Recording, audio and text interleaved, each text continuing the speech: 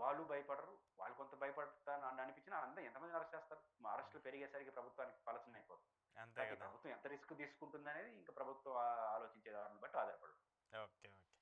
సరే, ఇంకో పాయింట్ అరెస్టులకు సంబంధించిన అంశం వచ్చింది కాబట్టి ఇటీవల టీడీపీకి సంబంధించిన ఒక కార్యకర్త చేబ్రోలు కిరణ్ అనే వ్యక్తి మాజీ ముఖ్యమంత్రి జగన్మోహన్ రెడ్డి గారి భార్యని భారతిరెడ్డి గారిని ఆయన చేసినటువంటి వ్యాఖ్యలు కావచ్చు, ఆయన మాట్లాడినటువంటి మాటలు కావచ్చు, వాటన్నిటిని కూడా మనందరం ఖండిస్తూ వచ్చాం, దాన్ని తప్పుపడుతూ వచ్చాము. సో ఆయన్ని సస్పెండ్ చేస్తూ వచ్చారు పార్టీకి సంబంధించి, అయితే అరెస్ట్ చేస్తూ వచ్చారు.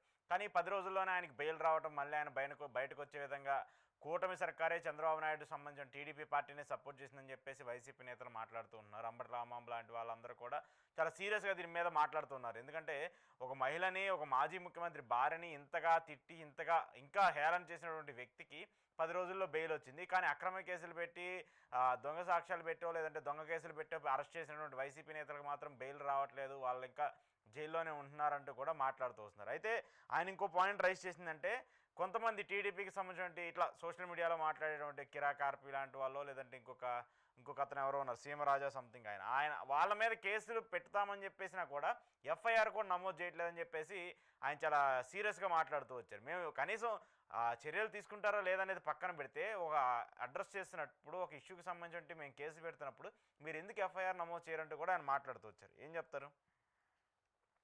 అది నిజంగా ఇంతకుముందు మనం మాట్లాడుతున్న దాంట్లో వైసీపీ గతంలో అధికారంలో ఉన్నప్పుడు చేసిన తప్పులకి పనిష్ చేయడం పట్ల ఎంత ప్రయారిటీ ఇస్తారో, ఈ క్రమంలో యువతల వైపు నుంచి జరుగుతున్నటువంటి తప్పులను కూడా అంతే రీతిలో తీసుకోవాలి.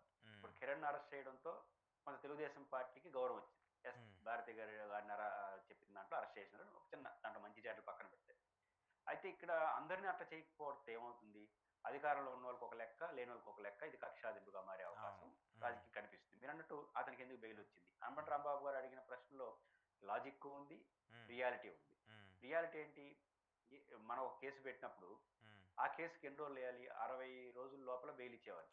7 ఏళ్ళ లోపు జైలు శిక్ష పడేది. 60 రోజులు అంటే 60 రోజుల్లో ఉండాలని కాదు, 2 రోజులు కూడా చాలా వాటికి అసలు అరెస్ట్ కూడా చేయాల్సిన అవసరం లేదు. 2 ఏళ్ళు శిక్ష పడే కేసులకు అరెస్ట్ కూడా లేదు, విచారణ చేయాలి, పిలిచి పంపించాలి. కాబట్టి ఆయన దూషించిన కేసులో 10 రోజుల్లో బెయిల్ రావడం పెద్ద విషయం కాదు. అంటే అది ఆయనకు ఓకే. మరి వాళ్ళ పరిస్థితి ఏంది? వాళ్ళు తిట్టిన వాళ్ళు మాత్రం లోపల 2 నెలలు 3 నెలలు ఉన్నారు. వాళ్ళ బయట సెక్షన్ ఏంది? దీని వెనకాల కుట్ర ఉంది, ఇంకా దీంతో పాటు అనేక మంది కుట్రలో భాగస్వాములు. ఇప్పుడు అతను తిట్టాడు, అభ్యంతరకరంగా మాట్లాడి అరెస్ట్ చేశారు, తీసేశారు. అట్లా కాకుండా అదే కిరణ్ అనే వ్యక్తి పైన ఇతనితో పాటు సమ్ XYZ ఉన్నారు, వీళ్ళందరూ కుట్రదారులు అనే సెక్షన్లు పెట్టి విచారణ పెడితే 2 నెలలు కూడా బెయిల్ రాదు. ఎవడు పెట్టాలి ఆ కేసు? తెలుగుదేశం పెడదు కదా.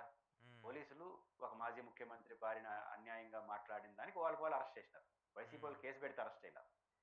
కానీ ఇప్పుడు కేసు కూడా పెట్టాలి, నీ సమస్య. తెలుగుదేశం పార్టీ పెట్టదు, పోలీసులు పెట్టరు. తెలుగుదేశం వైసీపీ వాళ్ళు, నేను రాంబాబు గారు చెప్పారు, మళ్ళీ ఆయన లోపల పంపిస్తాను. బస్ వీళ్ళు కేసులు పెడితే ఉన్నా అది వర్కౌట్ అవుతుంది చెప్పలేదు. అంటే పెట్టే సెక్షన్లు చేసే విచారణ బట్టి ఉంటుంది. కాబట్టి కిరణ్ విషయం అది. కాకపోతే ప్రజల ముందు ఏమవుతుంది? ఈ నేను చెప్పిన లాజిక్లని ప్రజలు చూడరు. అంతే కదా. ఇప్పుడు గతంలో తెలుగుదేశం పార్టీ నాయకులను అరెస్ట్ చేసే విషయంలో అభ్యంతరకరంగా మాట్లాడిన పోసాని మురళీకృష్ణ ఇన్ని జైలు చెప్పడం ఏంటి? అదే తప్పుగా ఇతను గడ చేశాడు. పోసాని మురళీకృష్ణ అనేది పర్సనాలిటీ, ఇతను పర్సనాలిటీ కాదంటే ఇతను గడ చేశాడు. మరి ఇతను కూడా 2 నెలలు తిప్పాలి కదా, 3 నెలలు తిప్పాలి కదా అనే కోరిక ప్రజల్లో ఉంది. తిప్పలేదంటే అది ఒక న్యాయం. నిజంగా తిప్పాల్సిన అవసరం లేదు. ఎందుకంటే ఆయన పట్టిన ఏ సెక్షన్ పెట్టారో దాన్ని బట్టే ఒకే కేసు పెట్టారు పోలీస్ స్టేషన్, ఒకే అరెస్ట్ జరిగింది. పోసాని మురళీకృష్ణ 10 కేసులు పెట్టారు తెలుగుదేశం వాళ్ళు అందరూ కలిసి. ఈయన పైన ఊడు పెట్టాల, వైసీపీ వాళ్ళు పెట్టాల, వాళ్ళు పెట్టాల. వైసీపీలు పెడితే అరెస్ట్ చేస్తారో లేదో చూడాలి. కానీ తెలుగుదేశానికి ఇది ఒక సమస్య ఏంటంటే, భారతిరెడ్డి గారిని విమర్శిస్తే మాత్రం 10 రోజుల్లో బెయిల్ వస్తుంది, వాళ్ళు విమర్శిస్తే మాత్రం 2 నెలలు 3 నెలలు లోపల ఉంటారని వస్తే ఖచ్చితంగా వస్తుంది. ఇది సహజం. చట్టాలు ఏం చదవరు ప్రజలు. అయితే రాంబాబు గారు ప్రస్తావించిన ఇంకొక అంశం వ్యాలిడిటీ ప్రశ్న ఏంటంటే, మేము పెట్టిన కేసులు తీసుకోవట్లేదు. సహజం కదా, ప్రతిపక్షం పెట్టిన కేసులు యాడ్ తీసుకుంటారు? తీసుకోరు. అయితే ప్రతిపక్షం పెట్టిన కేసు అదే రాంబాబు గారి ఎక్స్పీరియన్స్ ఏంటని నమోదు చేయాల్సిందే. ఎఫ్ఐఆర్ మీన్స్ ప్రాథమిక విచారణ చేసేదానికి ఒక రిజిస్ట్రేషన్ అంతే. కాబట్టి రిజిస్ట్రేషన్ మీద కేసు కాదు. ఎఫ్ఐఆర్ నమోదంటే కేసు విచారణ చేస్తారు. విచారణలో ఏమీ లేకపోతే ఎఫ్ఐఆర్ కొట్టేస్తారు, లేకపోతే ఎఫ్ఐఆర్ కట్టేసి మళ్ళీ జైలు కూడా అరెస్ట్ చేస్తారు. అది ఎఫ్ఐఆర్ ప్రాథమికంగా ఎఫ్ఐఆర్ పెట్టేంత మాత్రం నేరం చేసినట్టు కాదు. కానీ విచారణ స్వీకరించాలి. మీరు పెట్టినా నేను పెట్టినా. కానీ అధికార పార్టీ పెడితే నిమిషాల్లో స్వీకరిస్తున్నారు, అరెస్టులు చేస్తున్నారు. మేము పెడితే చేయలేదన్న ప్రశ్న కూడా నిజమే. ఇప్పుడు రాంబాబు గారు పెట్టిన కేసుల్లో అన్ని కోర్టు ద్వారా ఆదేశిస్తేనే కేసు పెట్టారు.